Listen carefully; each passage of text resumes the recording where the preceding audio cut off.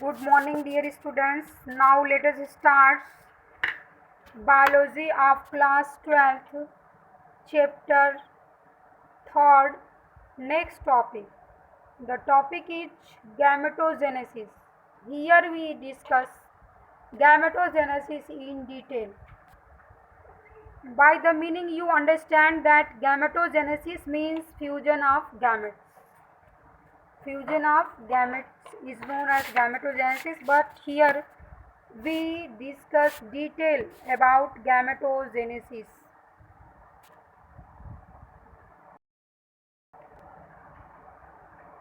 The primary sex organ, the testes in the males and the ovary in the females produce gametes. All of you know it that testes sex organ in males and ovary is sex organ in females. और ये दोनों क्या करते हैं, gametes को produce करते हैं.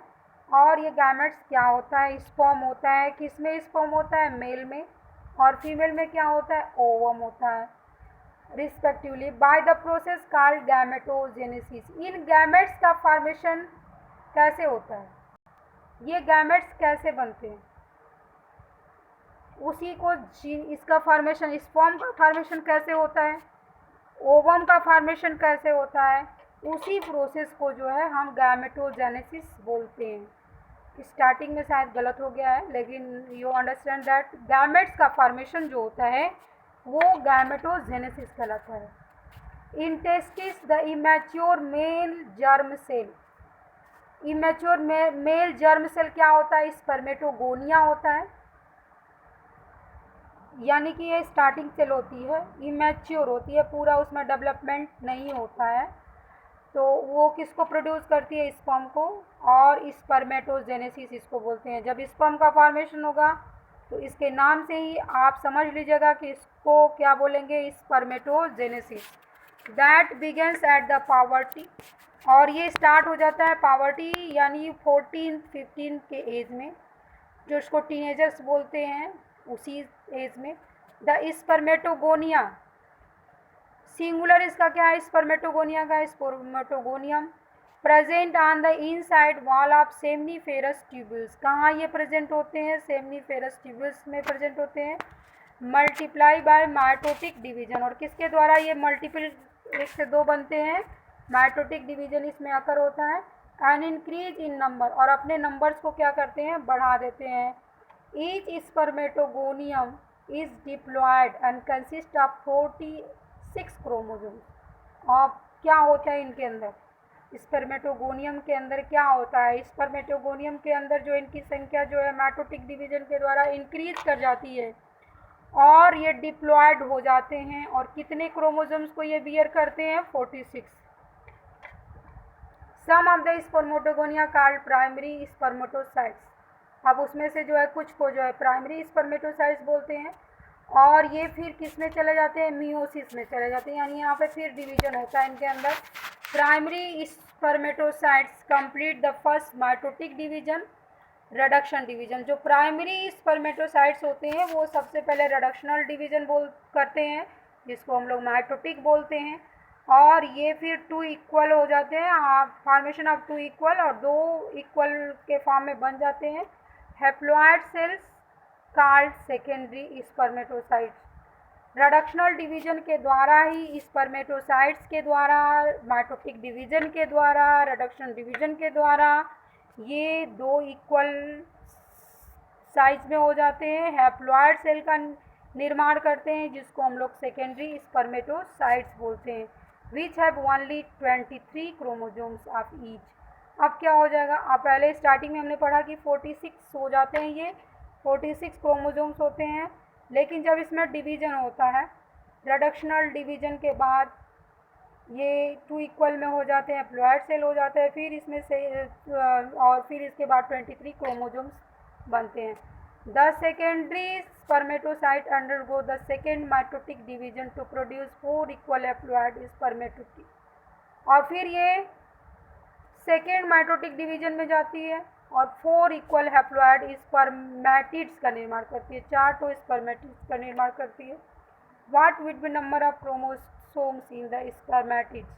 अब इसमें कितने नंबर्स हो जाएंगे स्पर्मेटिड्स में, ये आप लोग अपने से करना, जो है कि इसका वीडियो हमको बना के भेजना।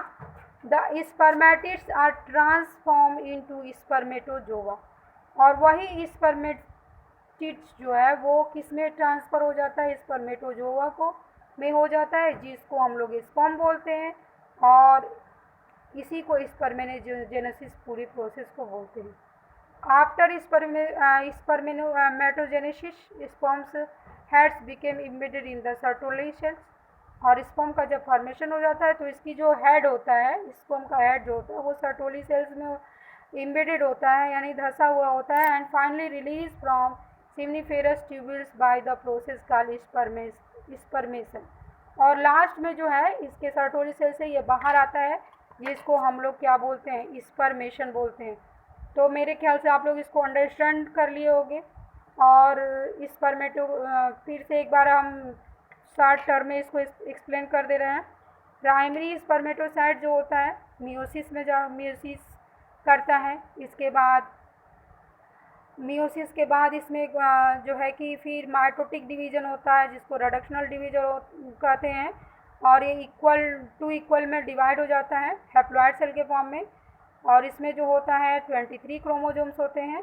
सबसे पहले हम स्टार्टिंग से देखते हैं, स्टार्टिंग में क्या होता है, स्पर्मेटोजेनेसिस, स्पर्मेटोगोनिया का फॉर्मेशन होता है इनसाइड वाल सेम्निफेरस ट्यूब्यूल्स में, वो ये होता है, और सेम्निफेरस ट्यूब्यूल्स में कौन सा डिवीज़न होता है, माइटोटिक डिवीज़न होता है सबसे पहले, और यहाँ पे स्पर्मेटोगोनियम का फॉर्मेशन होता है, जो कि डिप्लॉयड 2n के फॉर्म में होते हैं, और ये 46 होते हैं, और इसमें जो है कि 46 जो है क्रोमोसोम्स होते हैं। अब प्रत्येक स्पर्मेटोगोनिया जो होता है कॉल्ड प्राइमरी स्पर्मेटोसाइट, उसी को प्राइमरी स्पर्मेटोसाइट्स भी बोलते हैं, और ये पीरियोडिकली एक एक करके जो है मियोसिस के करता है, जिसे फर्स्ट फिर ये फॉलो होता है, फर्स्ट माइटोटिक डिवीज़न हो जाता है, म्यूसिस के बाद रिडक्शनल रिड्यूस कर जाते हैं नंबर में, और जब रिड्यूस करते हैं तो हैप्लॉइड सेल बनती हैं, और हैप्लॉइड सेल क्या हो जाती हैं, वो 23 होती हैं। फिर इसके बाद स्पर्मेटिड्स बनते हैं, जो कि 4 इक्वल हाफ हैप्लॉइड होते हैं, और इसके बाद स्पर्मेटोजोआ का निर्माण होता है, स्पर्मेटोजेनेसिस प्रोसेस के द्वारा स्पर्मेटोजोआ में स्पर्म का फॉर्मेशन हो जाता है, और स्पर्म्स जो होते हैं वो सर्टोली सेल्स में बिल्कुल एम्बेडेड होते हैं, और इसी को जब ये रिलीज होते हैं तो स्पर्मेशन बोलते हैं।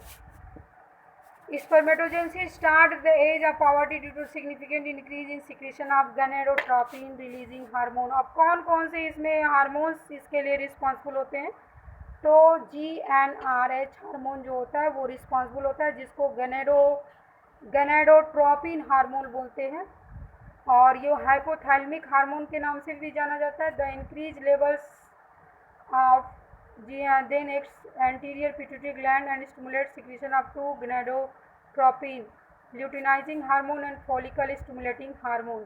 क्या होता है अगर इनकी इंक्रीज ये हो जाए तो कहाँ पे, एंटीरियर पिट्यूटरी पे स्टिमुलेट करते हैं और सिक्रीशन कर देते हैं। किसका सिक्रीशन करते हैं, 2 और हार्मोन का निर्माण होता है, जिसमें एक ल्यूटिनाइजिंग हार्मोन होता है और दूसरा जो है फोलिकल स्टिमुलेटिंग हार्मोन, जिसको हम लोग FSH के नाम से जानते हैं। LH acts as the Leydig cells and stimulates synthesis and secretion of androgens, और LH जो है कि वर्क करता है किसके ऊपर, Leydig सेल्स पे, और जब वर्क करेगा तो ये क्या करेंगे कि एंड्रोजन का सिक्रेशन करेंगे। Androgen in turn stimulate the process of spermatogenesis, जिससे कि स्पर्मेटोजेनेसिस की प्रोसेस स्टार्ट हो जाती है। FS फॉलिकुलर स्टिमुलेटिंग हार्मोन जो है वो कहाँ पे वर्क करेगा, सर्टोली सेल्स पे, एंड स्टिमुलेशन ऑफ, ये किसको स्टिमुलेट करेगा, secretion of some factors which help process of spermatogenesis, और इसकी वजह से जो है कुछ स्पर्मेटोजेनेसिस की प्रोसेस होती है। Let us examine structure of sperm. Structure of sperm को हम लोग देखते हैं तो इसमें प्लाज्मा मेम्ब्रेन होता है, एक्रोसोम्स उसके एकदम जो है कि फर्स्ट पॉइंट पे एक्रोसोम्स होता है। माइक्रोस्कोपिक के द्वारा जब इसका स्ट्रक्चर देखा गया तो head, neck, middle piece, tail पाया गया। Plasma membrane, whole body of sperms, plasma membrane भी था। The sperm head contain elongated haploid nucleus, और एक में एक हैप्लॉइड न्यूक्लियस था। The interior portion of which is covered cup like structure acrosomes, और इसका आगे वाला पोर्शन जो है एक कवर्ड से ढका होता है, एक कवरिंग होती है जिसको हम लोग एक्रोसोम्स के नाम से जानते हैं। The acrosome is filled with enzymes that is fertilization of the ovum, और एक्रोसोम में जो है कि एंजाइम होता है जो कि ओवम का फर्टिलाइजेशन करता है। Middle place पजेज numerous mitochondria, middle में माइटोकॉन्ड्रिया भी होता है, और इसी की वजह से स्पर्म को एनर्जी मिलती है, और इसी से जो है कि इसमें मोटिलिटी होती है। मोटिलिटी मतलब मूवमेंट होता है किसके लिए? फर्टिलाइजेशन के लिए। The human male ejaculates about 200 to 300 million sperm during a coitus process. कितने स्पर्म का प्रोडक्शन होता है? 200 से लेके 300 तक का स्पर्म का प्रोडक्शन होता है एक बार में। और list 60% sperms must have normal shape and size, and for list 40% they must show vigorous motility. 60% जो होते हैं कॉमन होते हैं, उसमें उतना मूवमेंट्स नहीं होता है, लेकिन जो 40% होते हैं उसमें जो है कि बहुत ज़्यादा तेज़ गति रहती है, वो बहुत ज़्यादा एक्टिव रहते हैं। Sperms released from the seminiferous tubules are transported by the accessory ducts। किसके द्वारा ये ट्रांसपोर्ट होते हैं? सेमनीफेरस ट्यूबल्स में ये प्रोड्यूस होते हैं और ट्रांसपोर्ट होते हैं एसेसरी डक्ट्स के द्वारा। और फिर secretion of epididymis, vasa deferens, seminal vesicles and prostate are essential for maturation and motility of sperm. ये सारी जो है कि उसके मूवमेंट्स में और उसके मैचुरेशन में इम्पॉर्टेंट होते हैं। The seminals plasma along with sperm constitute semen, और ये दोनों मिला के जो है सीमेन इसमें होता है। सीमेन वाइट कलर्ड फ्लूइड होता है। The function of male sex accessory ducts and glands are maintain by the testicular hormones androgens, और ये इसमें हार्मोन जो होता है वो एंड्रोजन्स होता है। The process of formation of mature female gametes is called oogenesis। Now we come on the topic oogenesis। oogenesis क्या होता है? फीमेल में जो ओवम का फॉर्मेशन होता है उसको oogenesis बोलते हैं, जो कि फीमेल गैमेट्स होता है। विच मार्केट डिफरेंट फ्रॉम स्पर्मेटोजेनेसिस, जो कि डिफर होता है किससे? स्पर्मेटोजेनेसिस से डिफर होता है। oogenesis is initiated during the embryonic development stage when couple of million gametes mother cells oogonia। oogenesis जो होता है वो ड्यूरिंग एम्ब्रियोनिक डेवलपमेंट स्टेज में हो जाता है, जब एम्ब्रियो का निर्माण होता है उसी समय जो है oogenesis का प्रोसेस भी होती है और oogonia का भी निर्माण हो जाता है। No more oogenesis are female and added after birth. Birth के बाद कोई भी oogenesis oogonia का फॉर्मेशन नहीं होता है। These cells start division and enter prophase first of the meiosis, mitotic division, और फिर ये इसमें डिवीजन स्टार्ट हो जाता है। प्रोपोज फर्स्ट स्टार्ट होता है, माइटोटिक डिवीजन होता है, and get temporary arrested at the called primary oocytes, और वहीं पे जो है वो अरेस्ट होता है या बनता है जिसको प्राइमरी oocytes बोलते हैं। Each primary oocyte then get surrounded layers granulosa cells and then called primary follicle, और ये एक सेल से जो है सराउंडेड हो जाता है जिसको क्या बोलते हैं? प्राइमरी फॉलिकल बोलते हैं। A large number of follicle degenerate during the phase from birth poverty, therefore at poverty इतने जो है कि 60,000 से लेके 80,000 तक प्राइमरी फॉलिकल्स का निर्माण होता है, और ये ओवरी में रहते हैं। The primary follicles get surrounded by more layers granulosa cells and the are called secondary follicles, और ये ग्रैनुलोसा सेल से जो है सराउंडेड हो जाता है जिसको क्या बोलते हैं? सेकेंडरी फॉलिकल बोलते हैं। The secondary follicle is transferred into the tertiary follicle which is characterise by fluid filled cavity antrum, और ये फिर टर्शियरी फॉलिकल जो होता है उसमें एंट्रम का निर्माण होता है। The theca layer is organise into inner theca interna and outer theca externa, दो में ये डिवाइड हो जाती है, इनर एंड आउटर एक्सटर्नल बोलते हैं। Important to draw your attention that is the stage the oocyte when the tertiary follicle grow insect and complete its first mitotic division। यहाँ पे जो फर्स्ट माइटोटिक डिवीजन कंप्लीट होता है, it is the unequal division including formation of large haploid accessory oocytes और accessory oocytes का निर्माण होता है।